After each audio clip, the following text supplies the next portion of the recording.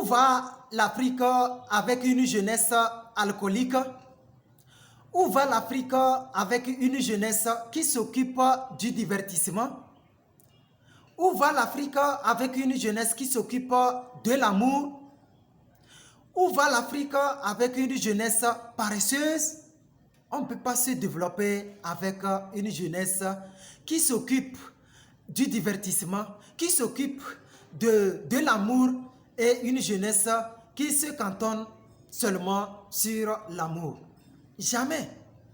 Et la jeunesse chinoise ne se sont pas cantonnés grâce à ça. Et ce sont des jeunes qui se sont occupés au travail. Oui, mais contrairement nous les Noirs, la jeunesse noire, la jeunesse africaine, la jeunesse togolaise, nous nous occupons du divertissement. Nous sommes là pour finir les bières dans les bars. On dirait comme nous sommes des enfants des industriels.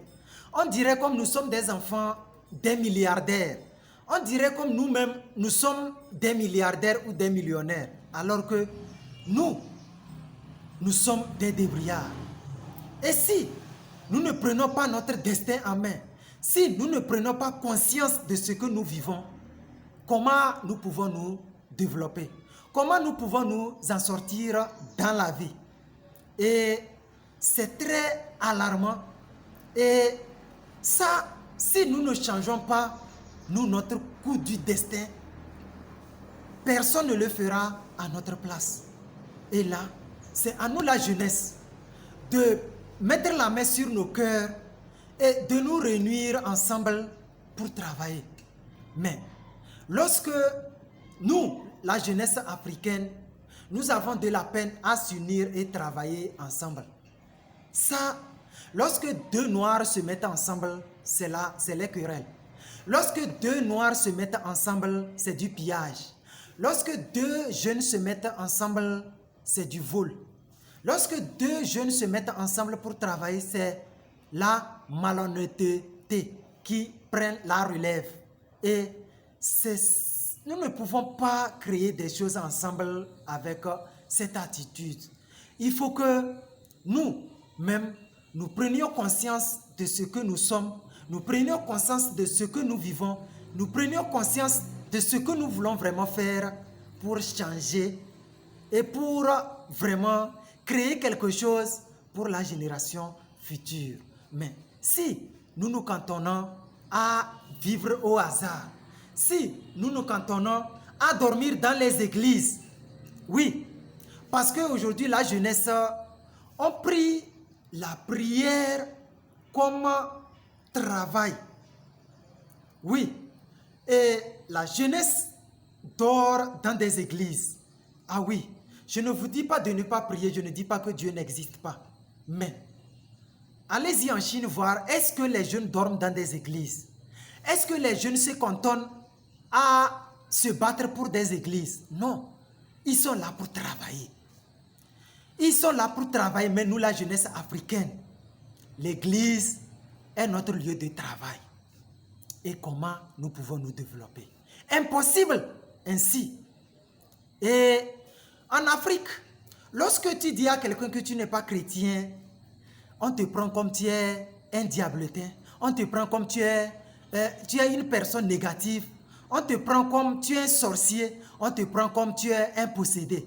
Non, mes amis, c'est que si nous n'ouvrons pas les yeux pour regarder la vérité en face, c'est que nous serons toujours piétinés.